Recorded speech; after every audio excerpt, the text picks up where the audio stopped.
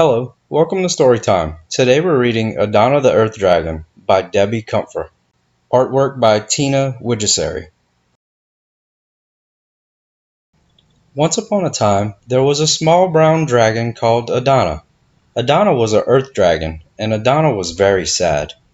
She longed to play with the other dragons, but none of them would accept her as a friend. "It's because I'm small and brown and boring," she said. "No one wants to be friends with an earth dragon." The air dragons would soar through the sky, their wings outstretched. Adana wished she could join them up in their playground of clouds, but she had no wings. The water dragons would glide effortlessly through the lagoon, playing tag and Marco Polo. Adana yearned to join in their games, but sadly she could not swim. The fire dragons scared little Adana with their tremendous, scaly scarlet forms and flames that could toast 200 marshmallows with one puff. Adana secretly tried gargling with firewater to see if she might make a flame, but she only gave herself a sore throat. Poor Adana, she could never be a fire dragon. So sad, little Adana slunk into her cave, curled up in a corner, and took a nap. While she was sleeping, a giant wandered into the land of dragons. He was spotted first by the air dragons. They flew down from their clouds and into the giant's face. The giant laughed at them and swatted them away. The terrified air dragons flew right into Adana's cave, where they crouched nervously on the ground. Next, the giant decided to wade through the lagoon of the water dragons. Sploosh! The giant's footsteps were so heavy that nearly all the water sloshed out of the edge of the lagoon. The giant laughed, but the dragons were furious. They leapt at the giant, but he just casually swallowed them away. Now all the water dragons had boo-boos, no water to swim in, so they waddled quickly away right into Adana's cave.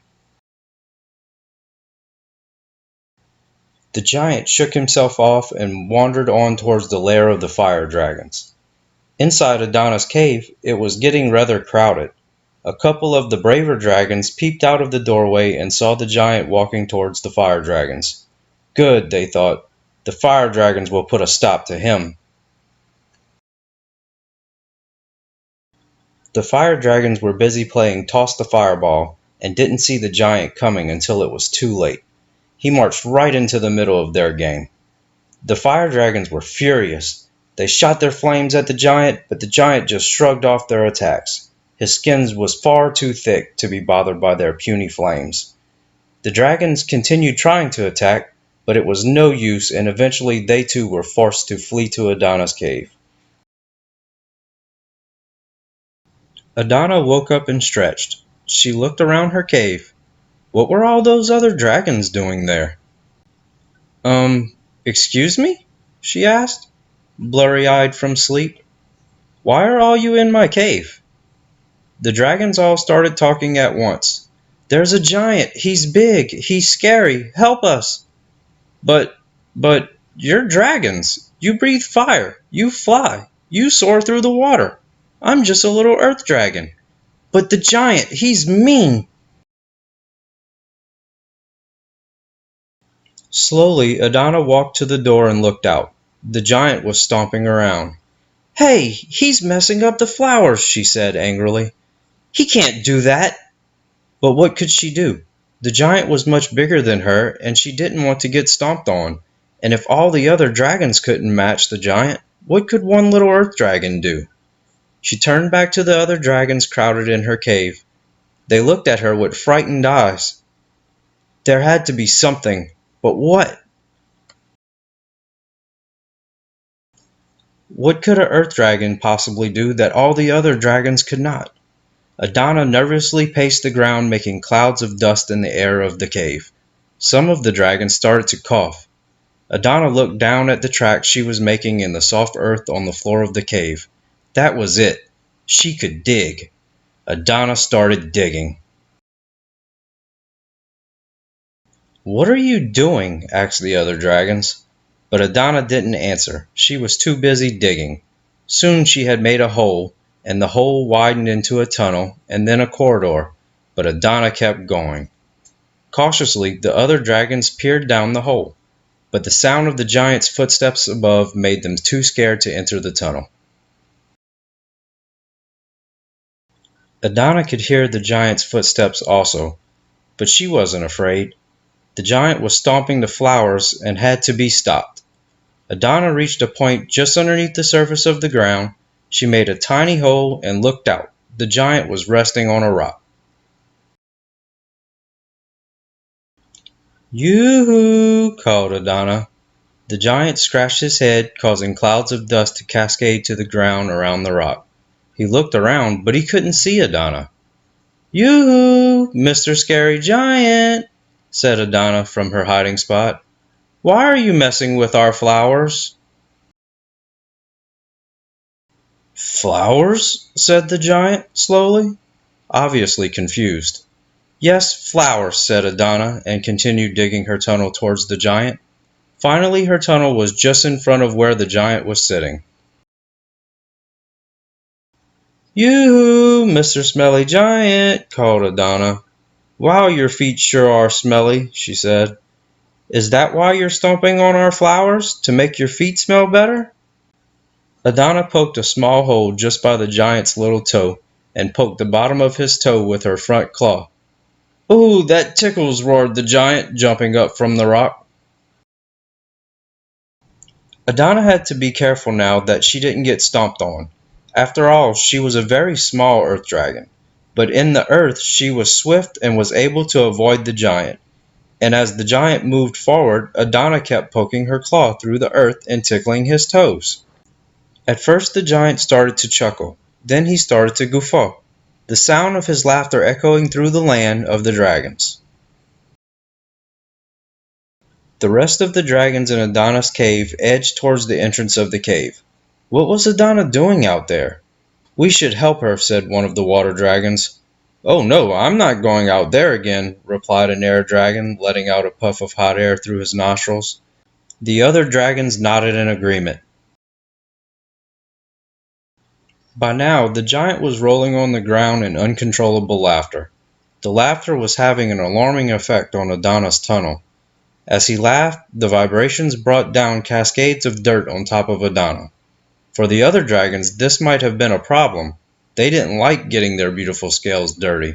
But Adana was an earth dragon. She was already the color of the earth, so she didn't mind. In fact, she liked it. As the earth touched her scales, Adana felt the strength of the earth penetrate her body. Yes, she was an earth dragon, and she had the power of the earth. She rose up through the collapsed tunnel and walked purposely towards the giant, who was still rolling around the ground roaring with laughter. Adana walked right up to him and poked him in the stomach. "Ouch!" screamed the giant. "What did you do that for?" "Now listen to me, giant," said Adana. "I've had enough of you stomping our flowers and scaring the other dragons. I want my cave back, and I think you should leave now." The giant looked at the small brown dragon and wondered how such a large voice could come out of such a small, insignificant thing. It took a while for these thoughts to reach all the way through his giant body and to his rather small brain. But once they did, he thought that maybe the little dragon had a point. He got up from the ground, dusted himself off, and walked away from Adana, and away from the land of dragons, and they never saw him again. Adana walked back to her cave and called inside. "You can come out now," she said. "Are you sure?" asked the nervous dragons inside. "Positive the big bad giant has gone?" "Really?" asked the dragons. "Yes," said Adana. "Come out and see for yourselves." Slowly the dragons made their way out of Adana's cave, blinking as the bright sunlight reached their eyes. They walked over to the indention in the earth where the giant had rolled. "He's really gone," said the dragons. "Thank you, Adana." Adana nodded and walked back to her cave. She was very tired and decided to take a nap. Gratefully, she went into the familiar corner of her cave, curled up into a ball, and fell asleep. Adana slept for a long time and awoke wondering if her encounter with the giant had just been a dream. She decided to go for a walk. It had rained during the night, and Adana was happy to see the lagoon was full of water once more, and the water dragons were gleefully swimming around playing Marco Polo. They waved to Adana as she went past. Adana, hi! Come and swim with us! That was strange. They wanted to play with her. Adana waved back and called out to them, Maybe later!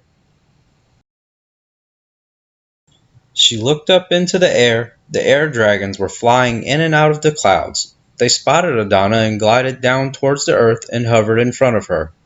Come and play with us, Adana, they said. Maybe we can take you flying. You're a small dragon, and you could ride on our backs. Maybe later, said Adana.